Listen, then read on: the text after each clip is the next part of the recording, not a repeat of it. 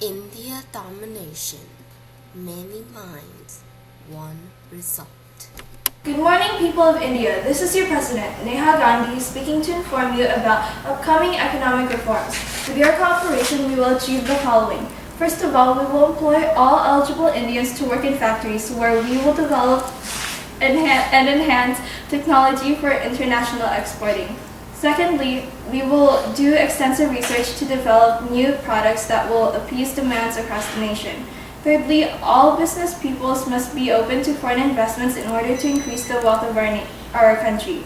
Lastly, we will employ the best workers to build extensive roads for communication and unity and install new utilities for a healthier and easier lifestyle.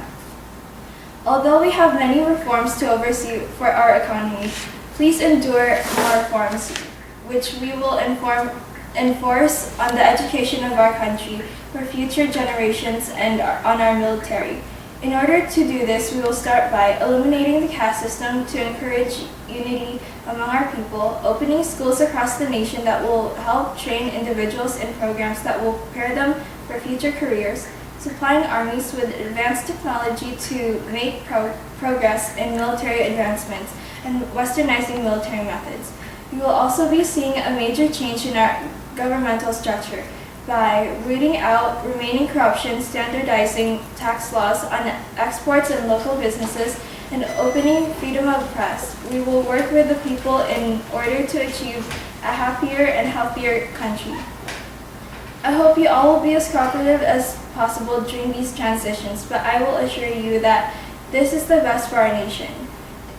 It is time for us to thrive and prove that we can be just as powerful as the others. 50 years later, it's 2063.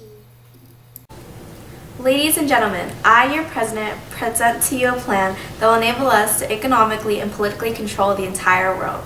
It will take many years of careful and discreet action, but I believe with your cooperation, Indian domination is possible. Our endeavor begins with the goal to control the Commonwealth of Nations, an organization comprised of former British colonies.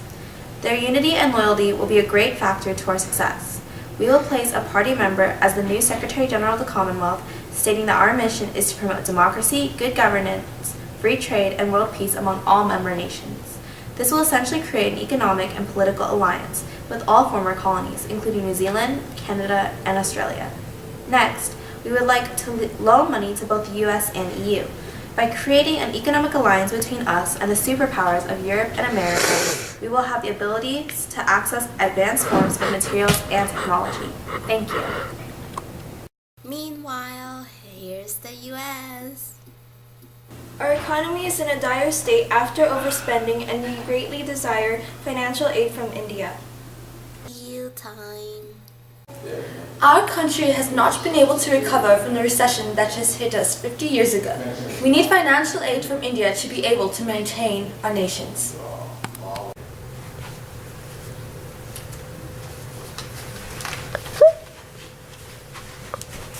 Years later. Fellow party members, I am overjoyed to inform you that the first part of our plan for world domination is complete.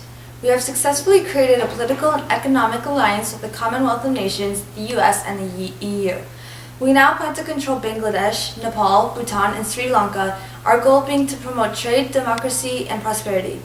With these countries under our control, we will have complete control over South Asia.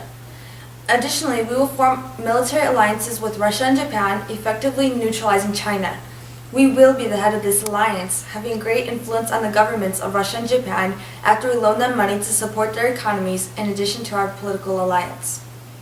We will invade and conquer Pakistan with the support of the US, since Pakistan is now controlled by an Islamic fundamentalist government. India will head the United Nations with our great economic power and political influence. Next, we will encourage the US to conquer Central and South America, while Europe will take over Africa, all under the Indian government to spread our prosperity and civilization. India will politically and economically control all weaker Southeast Asian nations who will not be able to combat our superior military and economy. Together with the UN and all other subject nations, we will take over the Middle East to prevent a terrorist threat in our great empire.